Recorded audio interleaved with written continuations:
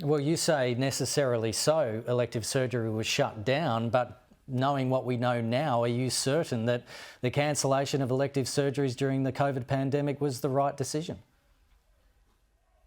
Well, obviously everything that was decided and decisions that were made during the pandemic were based on the best medical advice that was available at the time.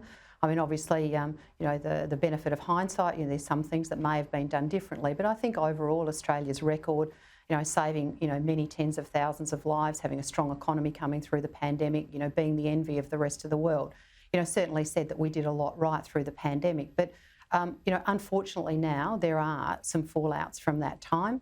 And the report from the AMA today, I think, just highlights what many of us have been saying, and the AMA, for that matter, have been saying for some time, is that we need a plan to guide our way out of what has been a lot of deferred care that has gone on over the last 3 years.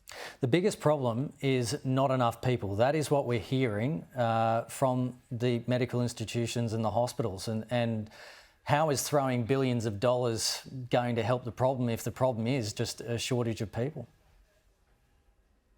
Well, look, certainly there is absolutely no doubt that workforce shortages right across the care sector, that's healthcare, disability care, aged care, are really, really impacting on the outcomes of those sectors for Australians. But, we had a job summit back in September. We haven't really seen much from that.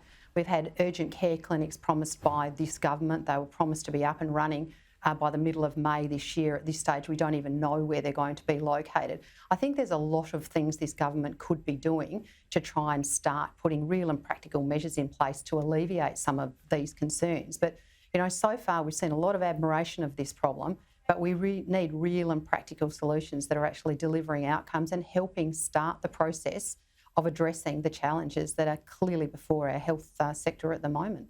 The $750 million promised by the Albanese government to help fix Medicare, is that enough? Health Minister Mark Butler says it's not something we can fix in one budget. What do you make of his comments on Medicare?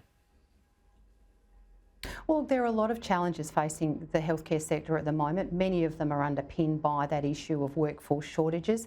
And of course, there are going to be there's no silver bullet to solving this problem. COVID has exacerbated, challenges that were before the health sector even before COVID.